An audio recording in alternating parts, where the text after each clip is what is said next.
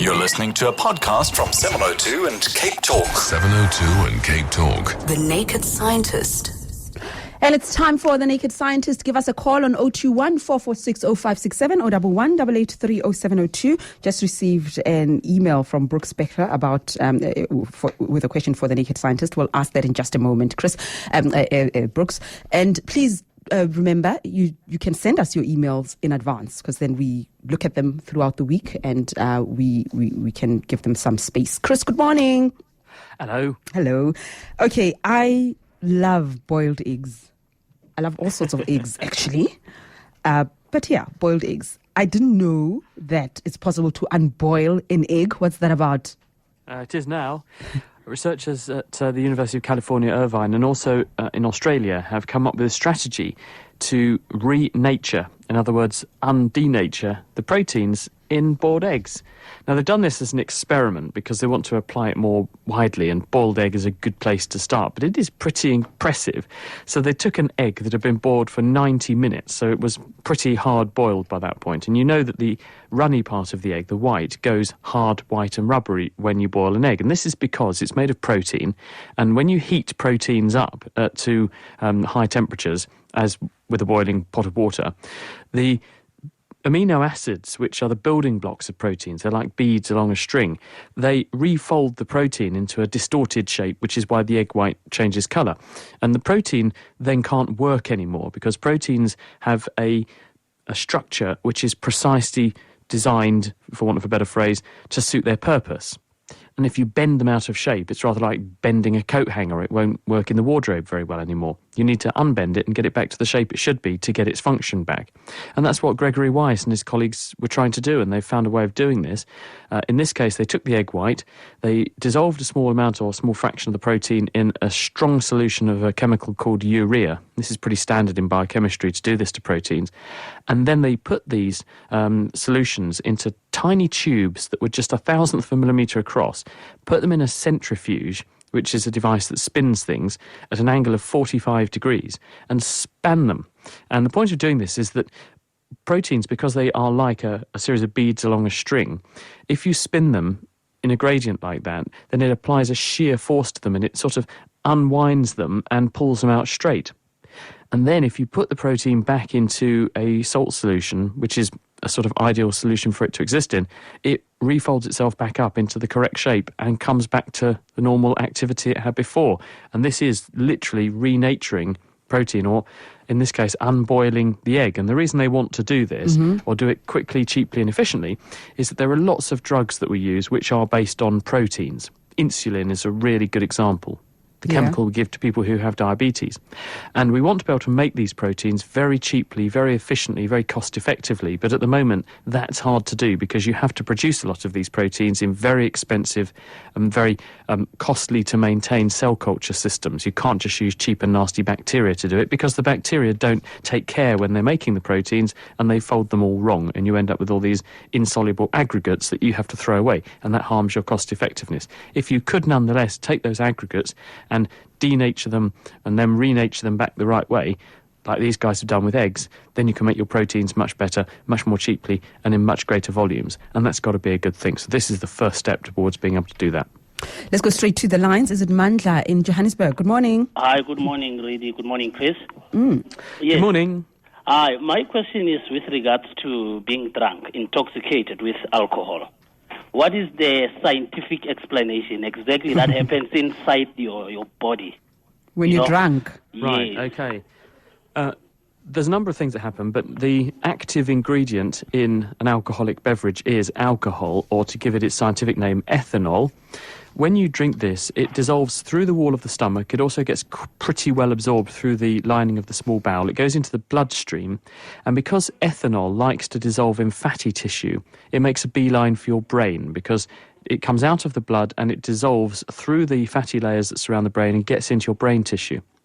What we understand about the effect of alcohol is that it activates or potentiates the action of a family of nerve transmitter chemicals called GABA, gamma-aminobutyric acid.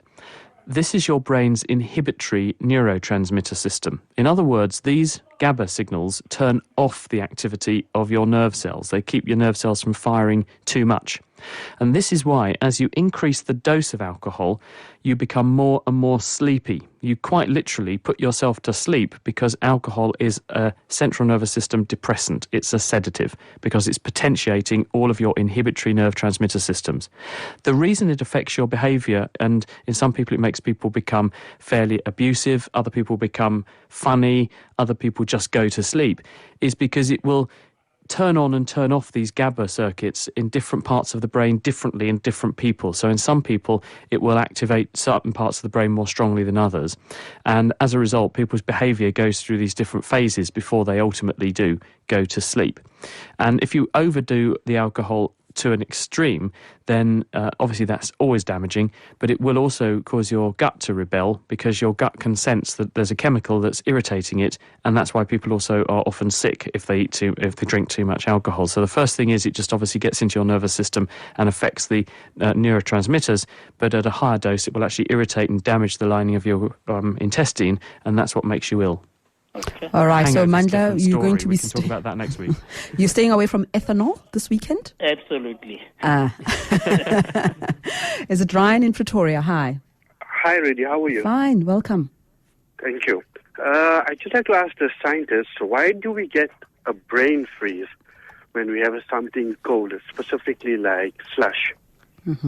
Oh, I get that. Something Yes. terrible. It's a horrible sensation, isn't it? And Definitely. what we think is happening is when you put something very cold into your mouth, because your mouth is very close to your brain, the roof of your mouth is literally a piece of bone, and then you're into your brain cavity. The blood vessels that go around your brain pass very close to the roof of your mouth. And the body, if you get a very cold temperature in your mouth, then there are various thermal sensors in this area that detect the drop in temperature, and they presume that your whole head and your whole brain must therefore be freezing cold. And in order to maintain the status quo, it augments the flow of blood through your head. And when you open up arteries, the blood vessels that bring blood in a very dramatic way like this, it's very painful. It's like a mini migraine, because when you have a migraine headache, this is when blood vessels have opened up and become very big, dilated and pulsatile. And that's the throbbing headache. And so your brain opens up its blood vessels transiently, boosting the blood flow in a painful way until the temperature goes flying back up, and then the body says, look, the temperature's correct again, now you can close those blood vessels down again. Not everyone gets this, but a lot of people do. Okay, thank you very much, Ryan. I think many people have experienced that. I saw Thomas nodding vigorously there, and all my producers as well. Is it Heather in Blegauri? Good morning. That's right. Good morning. I would just like to ask, why does it sound as if crickets are moving, as if their chirping is moving? As soon as you move towards the cricket and you think you've located it, it moves in another direction, or appears to. Oh, that's a really good question. And off the cuff, I don't know. The way they make the sound is that they're rubbing their legs against their body parts. And this is what creates the series of little vibrations that then you hear as that chirping noise. How they would be able to deceive you into thinking the sound is coming from somewhere else, I don't know. I'd have to look into that, because I wasn't aware they were doing that. But I can get what you mean. You sort of think you're tracking them down, and then it's coming from somewhere else. It may be that there's more than one insect, and that in fact we know that they don't chirp all the time. We know that it comes and goes in waves, and so it may be that when you are hearing one of them, you think you've tracked down the one that was making the sound, and you probably have. But now the sound is coming from its friend across the room. That may be the reason. But I'll ask a friend of mine who's an entomologist and see if there's any evidence that they also change the frequencies of their chirping to sort of simulate a Doppler effect or something to make it look like the sound is coming and going. I'll have to ask someone about that. It's a great question, though. It is. And Heather, just a couple of years ago, I literally had to move out of my hotel room in the early hours of the morning because I couldn't. And, I'm not a baby. I'm a tough girl. So when it first started, I thought, it will go away. I can sleep through this. And then I got up and I spent like a whole hour chasing this thing. And eventually I said, no, I've got to get out of this room. Absolutely. Yeah. Thank you. Okay. Thank you. Thanks, great. Bye-bye. Brooks Spectra asks, Dear Chris, this is something I've wondered about for years. What exactly happens to one's leg or arm when it goes to sleep? Is this something to do with circulatory system, the nervous system, or both? And Brooks also says that he did interview you, Chris, about your presentation when you were at the Grahamstown Festival several years ago. So he just added that in the email. So tell us about this. Would you believe it? That was 6 years ago. Oh, my oath. It's gone fast. 2009, we were over in Grahamstown. I don't know where that time's gone, really. It's scary, isn't it? It is. What's happening when your legs and arms go to sleep? Well, I had this happen the other night, and I was sitting there in the armchair, and I had a computer resting on my lap, and I was tapping away, programming some stuff, and then I stood up, and I couldn't feel my leg, and I nearly fell over, because it was most extraordinary. I just had no concept of where my leg was. It wouldn't do what I was telling it to do, and I couldn't feel the floor. Why is this? Well, when you sit in the same position for a very long time, it's possible, if you adopt a bad posture, to squeeze the nerves that run through your tissue, because like electrical cables, your nerves run out of your spinal cord and they run through certain tissue structures to get down to the territory, the part of the body they supply, in the same way that you would run a mains cable across the ceiling to then branch out into various lights and things in the ceiling. It's the same with your nervous system. When you press on a nerve, you can cut off the supply of blood to that part or that segment of the nerve just by squeezing the nerve gently. And because nervous tissue has an extremely high metabolic rate, although nerves do continue to work for a little while after you cut off the blood supply because they've got a stored charge of electricity inside them, eventually the gradient of electrical charge between the inside and outside of the nerve that it uses to make nerve impulses is sufficiently eroded that you can't trigger any more nerve impulses. And as a result, when the information tries to come up your leg or go down your leg, it meets this area where you've been squeezing the nerve, and that area is electrically inexcitable, and it's a bit like you taking some snippers and cutting a wire running across the ceiling of your room. The electricity will get to the cut point, or it will come to the cut point, and then it can't go any further, so no further power will flow through, and therefore the signal cannot get between your spinal cord and the part of the body that it either wants to control or wants to get information in from.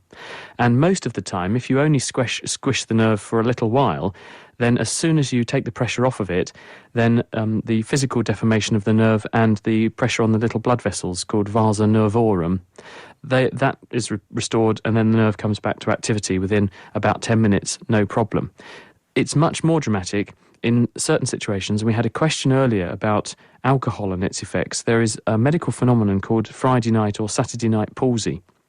And this is where people come home, stagger in, having had a skinful in the pub, and they drop off to sleep with their arm over the back of the chair. And it presses up the back of the chair under their armpit and squashes the nerves that run down to the hand and wrist. And because people stay anaesthetised in this way for an extended period of time until they wake up the next morning and then move their arm, that's when permanent damage can be done to the nerve, and people end up with paralysis and a loss of sensation over the bottom half of their arm, and sometimes it never recovers properly. So be very careful about doing that. Okay. Is it Chris in Alberton? Good morning to you, Chris. Thanks for joining us. Yeah? Hi, good morning. Yes. Yesterday I was flying back from Cape Town, and I was looking down at the clouds and the shadows it makes on the ground, and I was wondering, it just struck me, why do clouds actually agglomerate? Why doesn't the moisture just spread throughout the space that is available? And why do you see bits and pieces of clouds in a certain space? Could you answer that? Yeah, hi Chris. So it's a good question. If there's all this water vapour going up into the atmosphere, why does the water want to get together in a cloud? Why not just spread out everywhere? And this is a phenomenon called nucleation. When you have particles of water as molecules in the air, they exist either as single water molecules, H2O, or occasionally they join up and make dimers, 2 lots of water molecules stuck together, and occasionally trimers, 3 lots of water molecules stuck together. But on the whole, they're drifting around as molecules. But as air rises and therefore experiences lower pressure in the atmosphere, it expands. And if a gas expands, its temperature also drops. If the temperature drops, the water molecules find it easier to bump into each other and then stick together. And once they stick together, they've made a water droplet. And if you've got one water droplet, it's much easier for other molecules to stick on and make a bigger water droplet. So once a cloud begins to form, it's much easier to form more cloud material around it in the low temperature, low pressure conditions. And this is why when warm air that's saturated with water rises, expands, cools, and then a cloud starts to form, then all of the water joins the party, and you see this big blob of cloud all at the same sort of height in the atmosphere, because any further water rising from below is going to enter that cloud, and then it's going to condense its water droplets within the body of that cloud. Thanks, Chris. And who came in first? It is Barris in Blouberg in Cape Town. Good morning. Morning. Chris, I've been reading up on the internet, and they talk about humans that only use 10% of our brain. I always find it so strange. I mean, is evolution kind of prepared for something that only use 10%? Did you hear that, Barris? Chris? No, I couldn't get it because the line wasn't. Yeah, Okay, why does it say that humans only use 10% of our brain? Why can't humans use more than... Yeah, so the question being, if you've got this massive brain, what's the evidence we only use 10% of it? Well, this is a myth, actually, Barris. I'm very sorry to disabuse you of this notion. It's not true. Your brain is the most metabolically hungry organ in your whole body. Despite weighing only about 2% of the mass of you, obviously I don't know you physically, but I'll assume that you're a regular human, and that means that your brain probably constitutes about 2% of your body mass. Your brain is nonetheless, despite its small contribution to your body size, is actually accounting for 20% of the oxygen that you're burning and using to turn sugars into carbon dioxide. It's consuming 20% of the blood that your heart beats. That makes it one of the most metabolically, if not the most metabolically hungry tissue in the body. There's no way, from an evolutionary point of view, given the massive amount of energy that your brain is therefore burning off, it's about 20 to 30 watts. So you could have a 30-watt light bulb sitting on your head running at a rate equivalent to the energy conversion in your brain. There's no way the body, from an evolutionary point of view, could maintain an organ which was that metabolically expensive to maintain and only use 10% of it. That's the first sort of metabolic argument. The other argument is, if you look at someone who has had a stroke is where you interrupt the blood flow to the brain, more usually, or less commonly, you have a bleed into the brain. This damages brain tissue and robs that person of the function of that bit of the brain that the event affected. A person who's had a stroke will tell you, and you can easily see, that they're not normal, that they have some kind of deficit. Now, if you're only using 10% of your brain at any time, that person would only have a deficit a small proportion of the time, but they don't. They have their problem all the time. And that's because every part of your brain is active all the time, but when you attend to or do or perform a certain task, because certain parts of your brain are specialised for doing that task, what the brain does is it increases the level of activity in the part of the brain that's specialised for doing that job. But it doesn't mean that everything else switches off. It just means that relative to everywhere else in the brain, some areas have become a bit more active, but everything is active all the time. It's a very costly organ to have, and that's the reason actually that we're born as little babies that are so helpless, because there's no way a baby with an even bigger brain would be able to be born, because it would get stuck and it would therefore cost the life of itself and its mother. So babies are born as a necessary evil at this very premature stage of brain development, because our brains get even bigger and even more metabolically hungry as we get a bit older. That's fascinating stuff. Shall we go to Sydney in Pretoria? Hi. Hi, Chris. The theory of evolution, monkeys becoming human. Why do we still have monkeys, and when are they going to develop into becoming human? Looking at some of the political parties in many countries, I would say that this is probably still at a very early stage. Let's first of all just get a couple of terms of reference here, okay?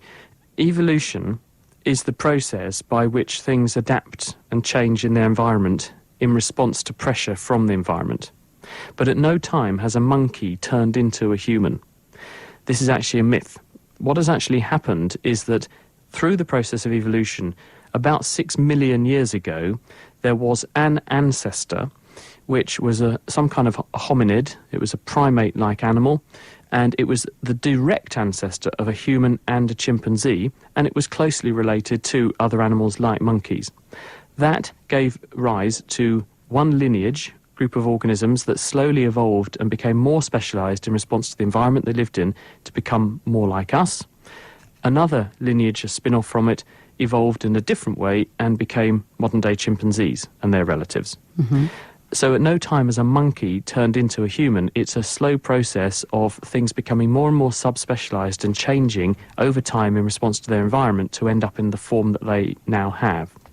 This is going on all the time, but in the same way that if we wind the clock back further, you will find that all of us are related to bacteria, but at no time is a bacterium overnight going to turn into a human, and a human probably won't go back the other way, although some people are the scum of the earth, admittedly. Therefore, one has to take a very long-term viewpoint of evolution. It takes millions of years for things to happen because the changes are tiny increments over time. And every time a human has children, that person passes on to their children 30 to 50 new genetic changes in their DNA. And those genetic changes may do nothing, they may do something very subtle, and over time they slowly build up to change an individual's characteristics, an individual's abilities.